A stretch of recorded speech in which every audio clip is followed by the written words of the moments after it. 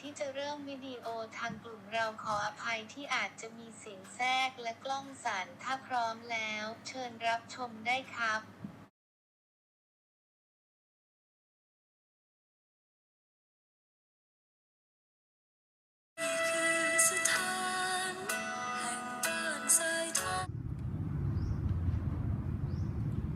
สวัสดีแขกผู้มีเกียรติทุกท่านยินดีต้อนรับเข้าสู่งานทำบุญขึ้นบ้านใหม่ของนางสาวยังไม่ได้นอนไปนอนนะในโอกาสนี้ดิฉันนางสาวผลไม้เดือดหอยและนางสาวดอกไม้หอมดีได้รับเกียรติมาเป็นพิธีกรในงานวันนี้ค่ะ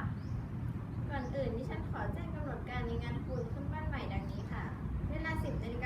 น.เจริญพระพุทธมนต์เวลา 11:00 น.ถวายพระตาหารพระภิกษุสงฆ์เวลา 11:30 น.ทำบุญขึ้นบ้านใหม่และเวลา 12:00 น.เชิญรับประทานอาหารร่วมกันและในโอกาสนี้ขอเรียนเชิญเจ้าของบ้านขึ้นมาบนเวทีและขอเรียนเชิญท่านหญิงไซทองเงินทองท่านหญิงไซเงินทองดีและท่านนายกเทศบาลตำบลบ้านมิตรวัดขึ้นมากล่าวคำอวยพรสักเล็กน้อยค่ะขอกราบเรียนเชิญค่ะ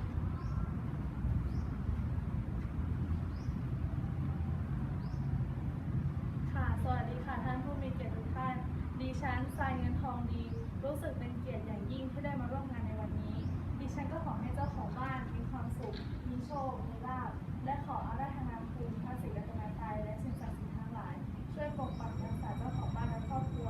ให้มีความเจริญและก็ให้มี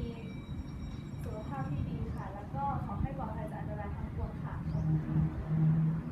ค่ะดิฉันทรายทองเงินทองก็รู้สึกเป็นเกียรติอย่างยิ่งที่ได้มาร่วมงานในวันนี้ค่ะขอให้เจ้าของบ้านพบเจอแต่ความสุขความเจริญรุ่งเรืองขอให้เงินทองไหลมาเทมานะคะขอบคุณค่ะครับผมนายสมบูรณ์ด้วยนะครับผมขอให้เจ้าของบ้านอยู่วันนี้เป็นนานๆครับแล้วก็ให้เงินทองไหลมาเทมาแล้วก็ไม่เป็นที่ใครทั้งสิ้นครับ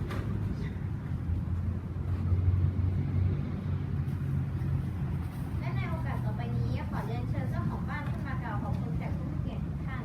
ขอเรียนเชิญค่ะค่ะดิฉันก็รู้สึกยินดีเป็นอย่างยิ่งที่แขกผู้มีเกียรติทุกท่านให้เกียรติมาร่วมงานทำบุญขึ้นบ้านใหม่ในวันนี้ดิฉันก็ขอให้คำอวยพรใดๆที่ดิฉันได้รับมาในวันนี้ก็ขอกลับคืนให้แก่ผู้มีเกียรติทุกท่านเป็นพันเท่าร้อยเท่าค่ะขอบคุณค่ะ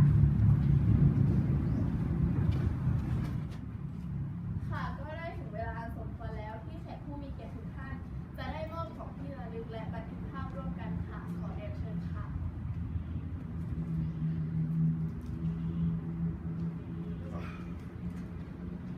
ยิ้มนะครับ3 2 1